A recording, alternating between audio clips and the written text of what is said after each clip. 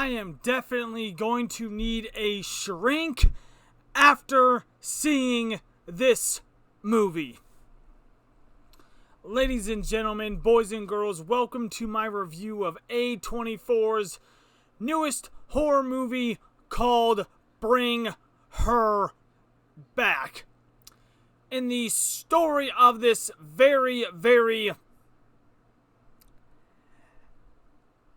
insane horror movie is after the death of their father, a brother and sister meet their newest sibling while they are in the care of their foster mother, and they learn that the sibling has a terrifying secret. This movie is intense, gory, psychologically twisted, and it just does something to you the entire time of its runtime. This movie does not hold your hand at all during the entire time. The opening sequence of this movie alone tells you exactly what type of twisted movie you are going to be watching. The gore in this movie, yeah, they hold no punches for the gore in this movie. Now, there are some emotional parts in this movie. And by emotional, I mean close your eyes and start crying like a emotional parts. And there are a couple of very disturbing incidences with this movie that I'm definitely not going to get out of my head for a very, very long time. This is probably a spoiler, so if you care or don't care, it's up to you. You've been warned. I will never look at a piece of cantaloupe on a knife ever again after watching this movie. And, there may or may not be some arm things going on with this film. This film is very, very... It's that type of horror movie. I'm just gonna put it out there right there. It's that type of horror movie. I genuinely feel bad for both the brother and the sister in this movie.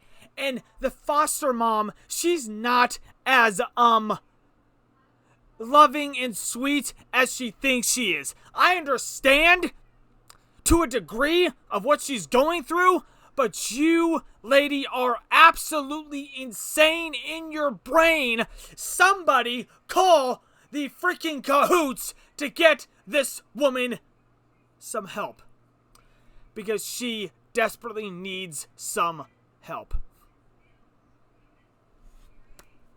The music in this movie, there isn't like a certain degree of soundtrack, but there are a lot of intense music for certain scenes. And I like the fact that this movie is centered in one area, which is the foster home itself. Now, I kind of feel bad for Andy as well, because, no matter what this dude does, this foster mom does not believe a single word this child says. Okay? And, well, let's just say by the time we get to the final act of this movie, it gets very, very creepy. I don't condone like neglect or abuse or any of that type of stuff. And if that type of stuff triggers you, I would stay away from this movie as far as you possibly can, because this movie has a lot of that going on for it. I will say this. I did find this movie to be a lot more better than A24's Talk to Me.